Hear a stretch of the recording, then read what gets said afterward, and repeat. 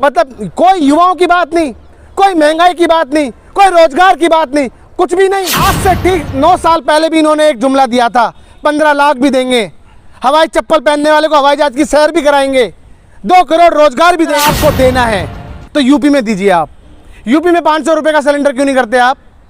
कौन मना कर रहा है? वहाँ पे 1951 में आईआईटी बनाया, 1952 में एम्स बनाया, 1954 में सेल बनाया, 1954 में बार्क बनाया, 1955 में भिलाई स्टील प्लांट बनाया, 1956 के अंदर ओएनजीसी बनाया, 1958 के अंदर डीआरडीओ बनाया, 1961 में डीआरडीओ बना, 1961 में आईआईएम बनाया, 1962 में इसरो बनाया और 1964 में बीएचईएल भेल बनाया और 1964 में आप बताइए इतना काम करने के बाद। और सुनिए ये लिस्ट के भी बहुत कम पड़ जाएगी। बताइए 1948 में आज़ादी के बाद अगर देश में तेजी से काम हुआ तो नरेंद्र मोदी जी ने किया क्या उस वक्त वो पैदा हुए थे क्या जो ये कहते हमने किया है? उस वक्त देश की आज़ादी के बाद नेहरू जी, गांधी जी, सरदार पटेल जी, बाबा साहब भीमराव अम्बेडकर जी, अरे इन्होंने उस वक्त देश को आज़ाद कराया। और उस वक्त महात्मा गांधी जी, उस वक्त जवाहरलाल नेहरू जी ने देश के प्रधानमंत्री की शपथ लेने के बाद 1948 में आईआईटी नहीं बनाया था क्या? 1950 प्लानिंग कमीशन बनाया। इनको फाइनल मैच देखने के लिए जा सकते हैं ये अपने ही बनाए हुए स्टेडियम में, जो कि सरदार पटेल जी के नाम से था, मगर इनको वो चुभ रहा था। क्यों इसलिए चुभ रहा था? क्योंकि आज़ादी के समय सरदार पटेल जी का बहुत बड़ा योगदान था उस वक्त। जो राजस्थान के अंदर कांग्रेस पार्टी दे रही है, अशोक गहलोत सरकार दे रही है 500 रुपये का सिलेंडर, उसे बदल सकते हो आप? 25 लाख का इंश्योरेंस दे रही है, उसे बदल सकते हो आप? किसानों का कर्जा माफ हो रहा, उसे बदल सकते हो आप? क्या चाहिए राजस्थान में? चाहिए क्या? ये सोच नहीं सकते। वो अशोक गहलोत जी ऑलरेडी पहले ही दे रहे हैं, कांग्रेस पार्टी पहले ही दे रही है। अगर आपको देना है तो यूपी में दीजिए। आप यूपी में 500 रुपये का सिलेंडर क्यों नहीं करते आप? कौन मना कर रहा है वहाँ पे? मणिपुर में क्यों नहीं करते? पहली बात तो मणिपुर में तो छोड़िए आप मणिपुर में इतनी बड़ी घटना घटी, आप एक बार भी वहाँ शक्ल दिखाने नहीं गए। क्यों बताइए क्यों? आखिर जनता के बीच में जाने से नरेंद्र मोदी जी को डर क्यों लगता है? आखिर क्या बिगाड़ा है आपने उनका? क्यों घबराते हो आप जाने में? 450 का सिलेंडर देने का वादा किया है बीजेपी ने। देखिए मैं कहना चाहता हूं, आपके इस क्वेश्चन का आंसर एक ही बात से दूंगा, जहां जहां आपकी सरकार है वहां सबसे पहले आप 450 दीजिए, आप तब जाके झूठ बोलिए। आपको लगता है जनता अब इनकी बातों पे भरोसा करेगी? आज से ठीक 9 साल पहले भी इन्होंने एक जुमला दिया था, 15 लाख भी देंगे, हवाई चप्पल पहनने वाले को हवाई जहाज की सैर भी कराएंगे, 2 करोड़ रोजगार भी देंगे, 100 स्मार्ट सिटी भी बनाएंगे, बुलेट ट्रेन भी चलाएंगे। माफ कीजिए, इतनी बड़ी रेल दुर्घटनाएं हो रही हैं, अभी तक इस्तीफा नहीं लिया उससे। आज तक क्यों उन रेल की पटरियों का काम शुरू क्यों ठीक से नहीं कराया जा रहा? बताइए, आपको लगता है उस रेल की पटरियों पे ये बुलेट ट्रेन चलवाएंगे? माफ़ कीजिए, ये कब का बनाया हुआ है, आज तक उसकी मरम्मत तक नहीं कर पा रही है। इनसे कोई लेना देना नहीं है, कोई मरे तो मरे, वो उनका नसीब, यही लाइनें बोलते थे ना ये। आज ये देखिए जनता के जो हो रहा है, वो देखिए जनता के लिए क्या क्या परेशानियों का सामना जनता कर रही है। मगर ये क्या करते हैं, वहाँ जाके राजनीति करवाते हैं, अपने नारे लगवाते हैं।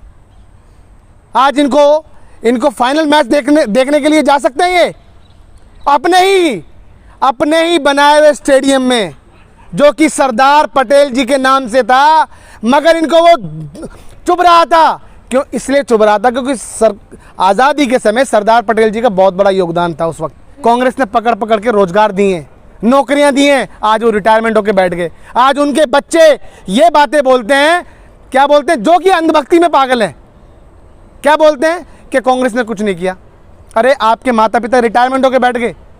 ओल्ड पेंशन जो इन्होंने बंद कर दी, क्यों बंद कर दी इन्होंने? कांग्रेस पार्टी की सबसे पहली कैबिनेट के अंदर ओल्ड पेंशन लागू स्कीम चालू होगी।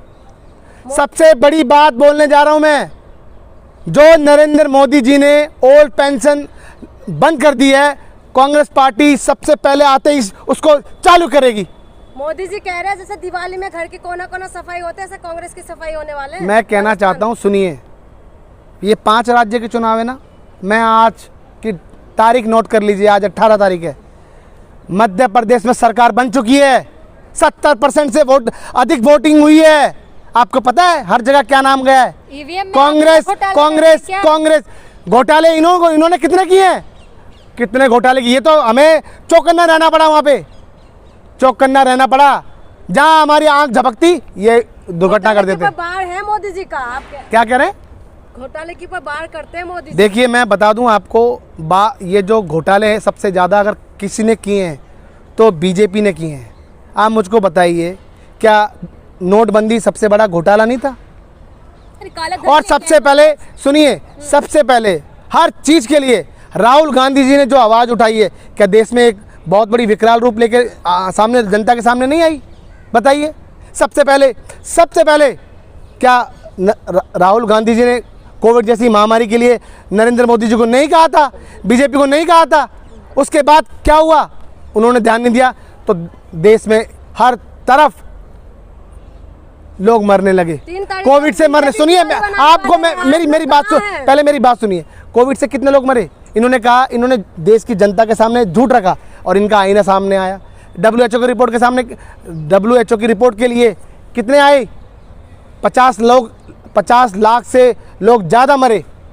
किसकी वजह से मरे? इनके कारणों की वजह से, इनकी नीतियों की वजह से। उसके बाद बताइए, नोटबंदी करी। क्या राहुल गांधी जी ने नहीं बताया था देश कि ये नोटबंदी एक बहुत बड़ा देश के ऊपर नुकसान है? और वो हुआ। बताइए कितने लोगों के रोजगार खत्म हो गए नोटबंदी से, बताइए। उसके बाद फिर इन्होंने GST लागू किया। GST से कितना बड़ा हुआ? किसानों आंदोलन से 700 किसान लोग मरे। मैं कहना चाहता हूं, हमेशा मौत का तांडव अगर कोई करता है तो ये करते हैं, भारतीय जनता पार्टी करते हैं। राहुल गांधी को मोदी जी कह रहे हैं मूर्खों के सरदार। मैं कहना चाहता हूं, मूर्खों को सरदार आज के समय कौन है? बताइए कौन है? आज के बच्चों को आप नेहरू, गांधी जी के बारे में पता नहीं है। क्यों किताबों से नाम हटा दिया? क्यों किताबों से हर जगह जो देश को आजाद कराया है वो हटा दिया आपने? और आप कहते हो राहुल गांधी जी को मूर्खों को सरदार कहते हैं आप?